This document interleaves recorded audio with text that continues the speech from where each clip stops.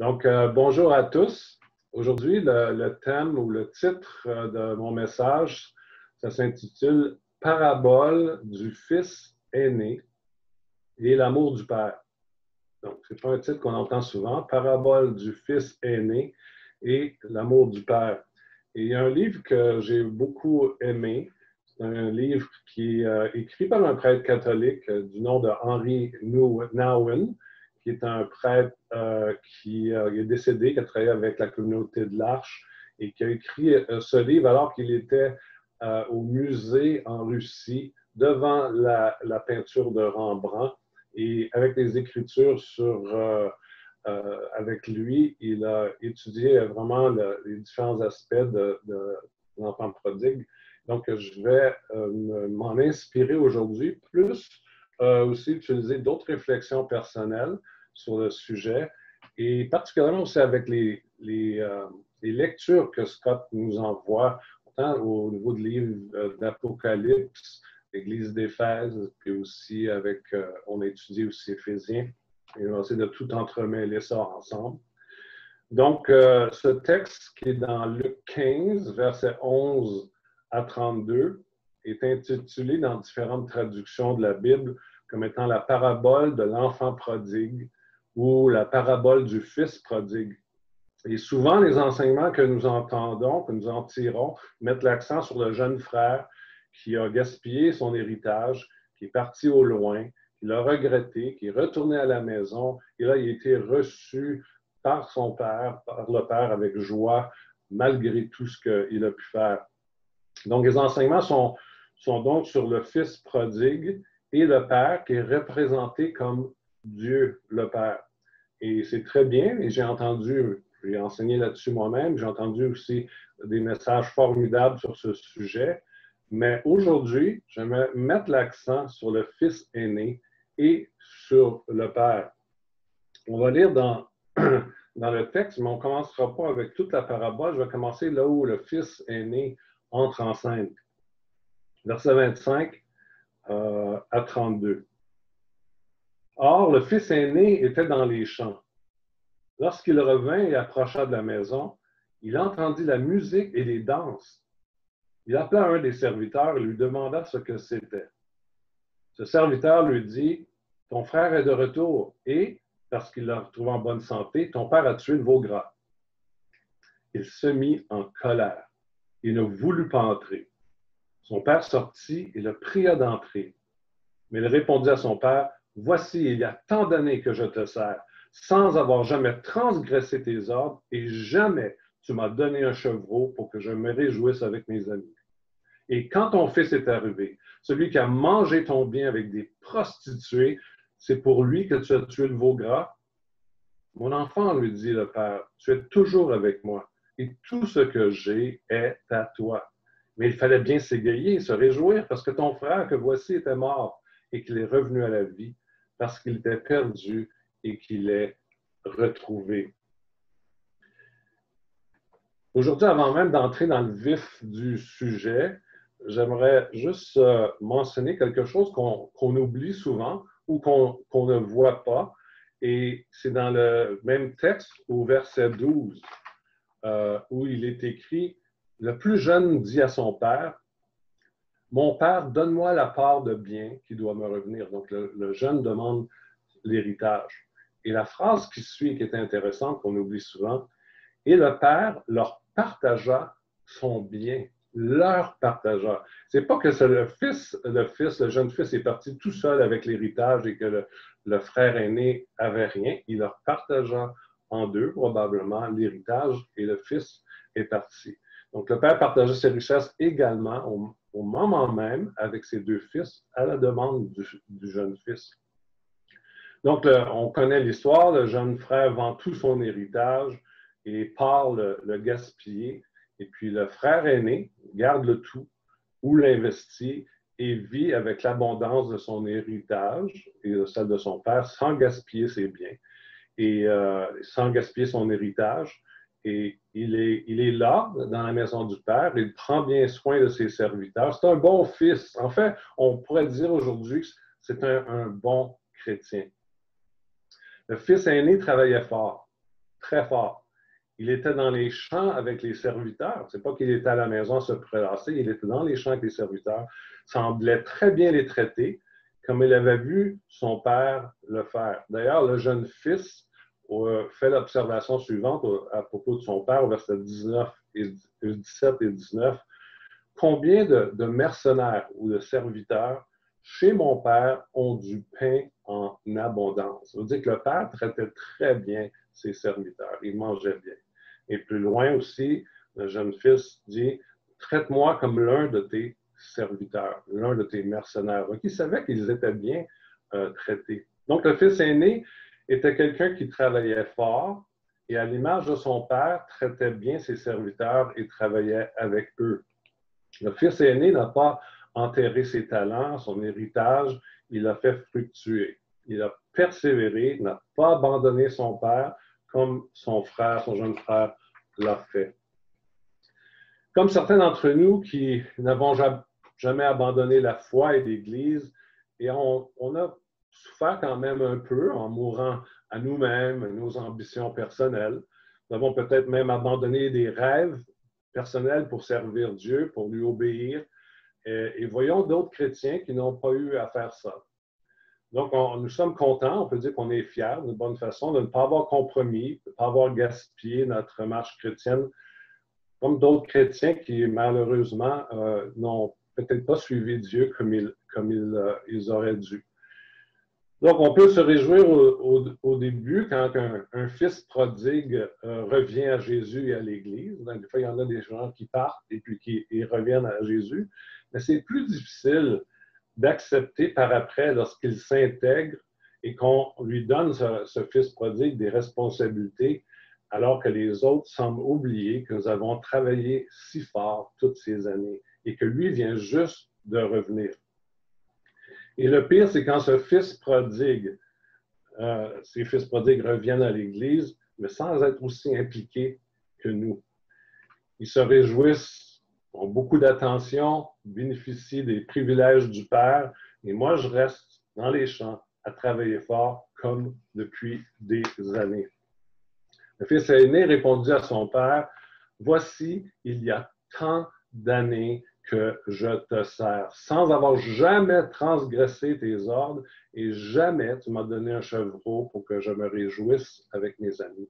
Et quand ton fils est arrivé, celui qui a mangé ton bien avec des prostituées, c'est pour lui que tu as tué le veau gras. » Ici, on voit du ressentiment. Et Henry Nouwen, dans son livre, il dit, il parlait de lui aussi, qui avait été comme ce fils aîné, il dit, « Mon ressentiment me fait dire que je ne reçois pas ce que je mérite. » Voilà, du ressentiment, c'est comme, je devrais mériter plus, je devrais mériter quelque chose en particulier. Et Nouwen continue en disant, « Ceci se manifeste toujours par de l'envie. » Pourquoi ces fils prodigues ne viennent pas me rejoindre et travailler aussi fort que moi pour Dieu? C'est pas juste. Hein? Pendant des années, comme le fils aîné, nous avons lutté, car parfois on a peut-être eu le goût, nous aussi, de tout gaspiller, comme notre jeune frère, jouir de la vie, avoir du plaisir, faire ce qu'on veut, vivre et laisser vivre, mais non, nous avons plutôt décidé de nous offrir comme des sacrifices vivants pour accomplir la volonté de Dieu. Mais nous avons peut-être jugé les autres chrétiens qui se permettaient de jouir de la vie alors que nous avons travaillé fort à servir Dieu. Nous étions enfin, on peut dire que nous étions dans la maison du Père, servant avec zèle, impliqués dans tout, mais dans notre tête, nous avons pu être aussi un fils prodigue, même étant encore dans la maison.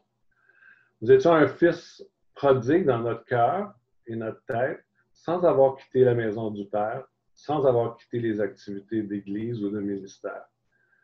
Nous avons peut-être, comme je vais souvent dire peut-être, ça ne veut pas dire que ce n'est pas universel, nous avons peut-être jugé d'autres chrétiens autour de nous qui n'avaient pas, selon nous, des bons comportements chrétiens et souhaitions que Dieu les corrige, car ils n'étaient pas aussi dévoués que nous. Et je pourrais dire discrètement, peu à peu, la critique, l'orgueil, l'indignation, le cynisme, le jugement et le ressentiment sont entrés dans notre cœur comme dans celui du fils aîné. Et on pourrait dire aussi sournoisement et avec douceur, l'ennemi est venu nous souffler à l'oreille que nous étions tellement de bons chrétiens parce que nous passions tout notre temps à des activités d'église ou de ministère. Et nous l'avons peut-être cru sans nous en rendre compte. Graduellement, comme l'Église d'Éphèse, qu'on a étudié ensemble dans les semaines passées, nous avons perdu notre premier amour, comme écrit dans l'Apocalypse 2,4. Mais ce que j'ai contre toi, c'est que tu as abandonné ton premier amour. Et nous avons aussi perdu, je pourrais dire, la joie de vivre avec Dieu. Nous avons perdu, je crois, cette innocence de l'enfant que nous avions quand nous avons rencontré Jésus-Christ. Il y a fait cette excitation. On a peut-être perdu ce sens de la fête, de la grâce pour tous, de la célébration, de la joie de notre salut.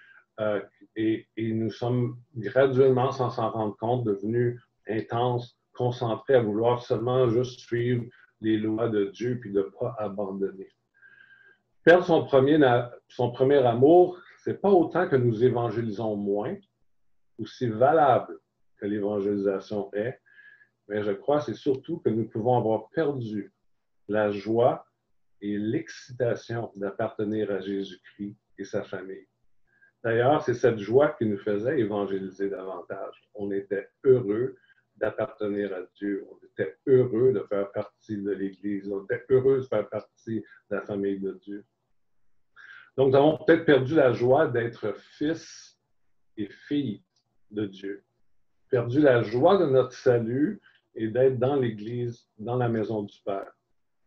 C'est pourquoi quand nous voyons notre Père sauter au cou et embrasser le Fils prodigue, ça nous rend mal à l'aise. C'est peut-être trop d'émotion, trop d'excitation. C'est trop d'attention donnée à quelqu'un qui revient au Père, mais qui sera peut-être reparti dans quelques mois. Moi, ça m'est arrivé à maintes reprises. J'ai vu des gens qui étaient partis de la foi, partis de l'Église, et qui sont revenus, et c'était particulièrement des gens très visionnaires, qui parlaient bien et tout. Et dans mon cœur, ce que ça disait, c'est comme, on ne fera pas la fête tout de suite. On va attendre avant de se réjouir parce qu'il va peut-être être parti dans quelques mois. Et c'est déjà arrivé que c'était vrai, mais ça m'a montré mon cœur quand même de fils aîné qui était là. Quand le fils aîné a su que le père a fait une grande fête, il fut en colère. Au verset 28a, il est écrit « Il se mit en colère et ne voulut pas participer à cette fête. » Quelle sorte de colère c'était? Je dirais que c'était premièrement une colère dirigée vers le fils prodigue pour avoir tout gaspillé, parce que le fils aîné était quand même quelqu'un de sérieux. Et deuxièmement, une colère envers son père pour mal discerner comment il aurait dû traiter son jeune frère. C'est quoi cette colère, cette irritation vive quand nous trouvons que la grâce de Dieu est trop molle pour ceux qui semblent, selon nous, gaspiller l'héritage du Père? Pourquoi pas plutôt accorder au fils prodigue ce qu'il a demandé en retournant à la maison, d'être traité comme un serviteur? Il me semble que ça serait beaucoup plus juste qu'il soit traité comme un serviteur. Hein? Comme ça nous donnerait le temps de voir si c'est bien repenti, puis après, on pourra faire la fête et tuer le veau gras. Mais avant, il faut être certain. Peut-être que le père est un peu trop impulsif. Peut-être, du moins, si on ne s'est pas déjà mis à nous comparer, jalouser ou compétitionner avec ce fils prodigue qui vient d'arriver dans toute la grâce. Parfois, c'est parce qu'on trouve Dieu qui n'est pas complètement juste. Et moi, je sais quand je me suis converti à l'âge de 18 ans et je me suis marié à l'âge de 30 ans. Et cette partie de célibat, je trouvais Dieu qui n'était pas juste. J'avais encore une attitude de fils aîné. Parce que je voyais plein de gens que je ne considérais pas aussi matures que moi, qui étaient nouveaux dans la foi, qui revenaient à la foi, puis se trouvaient une femme tout de suite en partant, des fois quelques mois après. Là, je me disais dans moi, Seigneur, regarde-moi, là, je suis quand même assez mature, là. comparer de ces personnes-là. Et puis, ça fait longtemps que je suis là, à ta maison. Je travaille fort, je travaille dur, je suis pour toi, pour ton royaume. Puis, tu leur accordes d'avoir une épouse comme ça. Puis, moi, je suis encore en train d'attendre à travailler dans le champ avec les serviteurs. Je suis vraiment dans le champ. Et ça, c'est quelque chose que j'ai vécu à maintes reprises. Ou une autre chose que j'ai trouvé injuste aussi de la part de Dieu, comme pasteur, et ceux qui sont pasteurs ou qui sont dans le leadership d'Église peuvent sûrement s'identifier, c'est pourquoi certaines nouvelles ou grandes églises remplissent facilement leur église et moi, je continue à travailler fort avec persévérance. Je n'abandonne pas. Je ne vois pas que je fais quelque chose de particulièrement mauvais.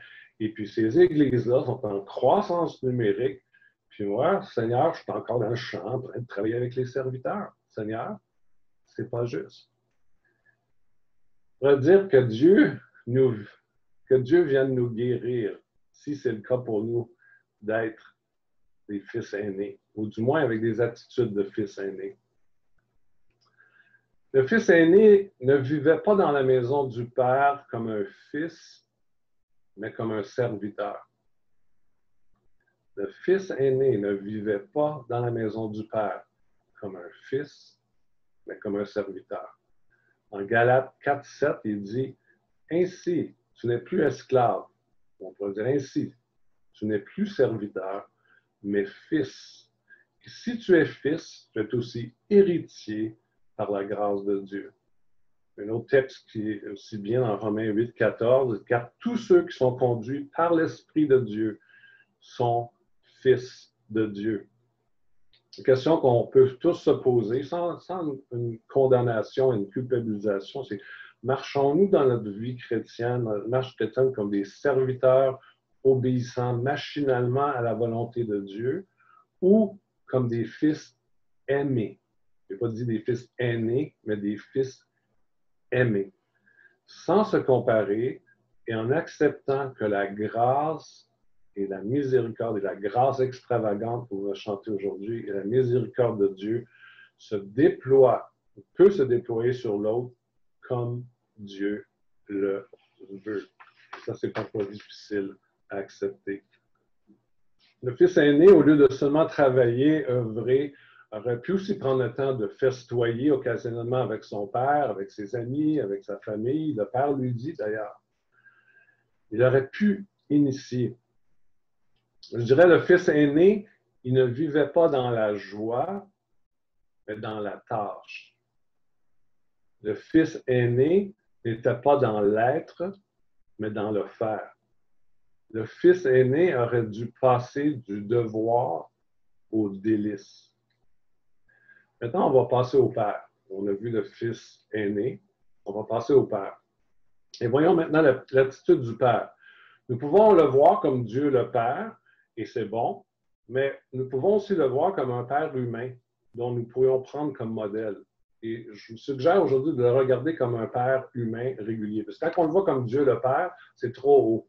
L'échelle, la marche est trop haute, on a de la misère parce que Dieu est parfait. Regardons-le comme étant un père ordinaire que Dieu a utilisé, que Jésus a utilisé comme modèle, comme exemple. Le père, premièrement, fut juste avec ses deux fils. Comme mentionné auparavant, au verset 12, il a séparé l'héritage à ses deux fils. Il n'a pas laissé l'autre partir, puis celui qui reste à la maison, il ne lui a rien donné. Le père est allé aussi rejoindre le fils prodigue en son retour en courant vers lui pour l'accueillir avec amour, grâce et pardon. Et quand le père apprit que le fils aîné était en colère, il ne voulait pas entrer à la fête pour son frère, il est écrit au verset 28, son père sortit et le pria d'entrer. Le père est allé également vers ses deux fils pour les accueillir. Il a couru vers ses deux fils pour les prier d'entrer et de fêter ensemble. Et je pourrais presque entendre le père leur dire séparément, viens, entre, nous allons avoir du plaisir ensemble, en famille. Relaxe un peu et prends le temps de te réjouir. Aux deux fils aussi, le père a offert la grâce. Le fils prodigue en lui pardonnant d'avoir fait des bêtises, d'avoir tout gaspillé, ce que le père avait travaillé fort, puis le fils l'a gaspillé en peu de temps, et le père lui a offert sa grâce, lui a offert le pardon. Au fils aîné, il a offert la grâce en lui pardonnant d'avoir été si froid, si distant, rempli de jugement, et il lui a offert aussi le pardon. Donc ici, par cette parabole, Jésus-Christ voulait sûrement enseigner à ses disciples qu'ils pouvaient devenir comme ce Père, qu'ils pouvaient devenir un modèle pour lui, pour eux, comme si Jésus leur disait, regardez comment ce Père agit et devenez comme ce Père. Donc, comme un bon Père, il a su démontrer son amour différemment selon les personnalités de ses deux fils, même si le fils aîné a probablement pas senti autant cet amour. L'amour selon Dieu ne semble pas toujours juste ou égal. Souvent, même dans une famille humaine, on va voir ça, il y a certains enfants qui ont besoin de plus d'attention que d'autres à cause de certaines circonstances, d'apprentissage, d'habilité, inhabilité ou de sensibilité. Et d'être juste ne veut pas toujours dire que ça va être égal d'une façon humaine. À partir de ce texte, le plus grand héritage, je crois, que le Père leur a laissé, ce n'est pas des biens matériels, malgré qu'ils semblaient très riches, mais les choses suivantes, qui sont les caractéristiques, je pourrais dire, de ce Père, et si on peut les retenir, car je crois qu'on peut devenir ce Père, et je crois que certains sont déjà ce Père, ou on pourrait dire cette Mère. C'est l'amour et l'accueil inconditionnel. C'est tellement flagrant, pas juste pour le fils prodigue, c'est pour le fils aîné aussi. La générosité du Père. C'est un Père qui est d'une générosité incroyable. La joie qu'on retient, qu'on voit, il a fait une fête, c'est son premier réflexe, faire une fête. C'est l'esprit de la fête. La justice, c'était un Père qui était juste envers ses ouvriers comme il était envers ses enfants. Il était aussi inclusif. Il invitait le fils aîné aussi à la fête. Il était inclusif. Et il y avait des paroles d'encouragement. C'était un bon Père. Il leur a laissé comme modèle un père qui n'avait pas peur de démontrer des émotions, de les embrasser, de briser les conventions et protocoles en courant vers le Fils quand il est revenu à la maison. Toutes ces valeurs, nous pouvons les prendre pour nous et je pourrais dire devenir des pères et des mères comme lui, pour nos familles, mais aussi pour nos voisins, pour nos amis, pour nos collègues. Donc, conclusion, on pourrait se poser la question, sommes-nous des fils prodigues? Sommes-nous des fils aînés? Sommes-nous des pères ou des mères? Et Henri Nouwen répond qu'on est parfois l'un et on est parfois l'autre. Il y a des fois, il y a des saisons dans notre vie ou dans certaines circonstances ou dans certaines choses de notre vie, on est comme le fils prodigue.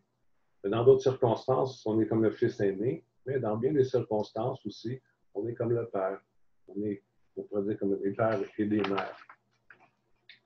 Si nous sommes des fils prodigues, nous savons déjà que nous sommes bienvenus à retourner au Père. La parabole est tellement claire là-dessus, c'est ce qui saute davantage aux yeux. Si on est des fils aînés, le Père nous prie et insiste d'entrer dans la fête, d'entrer dans la maison de la joie, là où il y a l'extravagante grâce de Dieu qui est là et qui nous est accessible. Dieu voit notre obéissance. Si on est des fils aînés, Dieu voit notre obéissance, notre persévérance de fils aînés. Et comme à l'Église d'Éphèse dans l'Apocalypse, avant de leur dire qu'ils avaient perdu leur premier amour, il nous dit la même chose qu'il dit à l'Église d'Éphèse, si on est ses fils aînés, je connais tes œuvres. Et entendons la voix du Père qu'il dit avec amour. Je connais tes œuvres, ton travail et ta persévérance.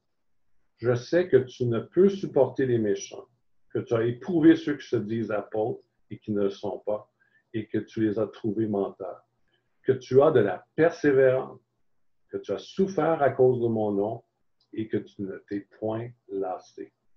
Et plus tard, il leur dit par contre, revenez à mon premier amour, mais je vois ce que vous faites, je vois la persévérance que vous avez. Donc, Dieu nous appelle à revenir à notre premier amour, revenir à la joie de notre salut, de redevenir, si on a perdu ceci, redevenir des fils avant d'être des serviteurs, d'être des fils et des filles de Dieu, avant même d'être des serviteurs. Et si nous sommes les pères ou mères, et des fois, par modestie ou par fausse humilité, disons non, je ne suis pas comme ça. Il y a beaucoup de pères et de mères. Dieu a investi assez dans nos vies après avoir travaillé et œuvré pour Dieu pendant de nombreuses années pour voir qu'il y a beaucoup de pères et de mères spirituels. Je pourrais dire qu'on puisse, j'encourage à devenir plus audacieux, de devenir vraiment concrètement des pères et des mères, autant au niveau humain, spirituel, à une société qui est orpheline, une société qui est sans père, qui est sans mère et qui cherche une stabilité, autant dans leur vie individuelle et familiale. Et ceci, je crois, c'est la plus grande stratégie d'évangélisation, sans négliger les autres façons d'évangéliser. Donc, je vais terminer là-dessus en souhaitant une bonne fête des pères, parce que nous avons vraiment besoin de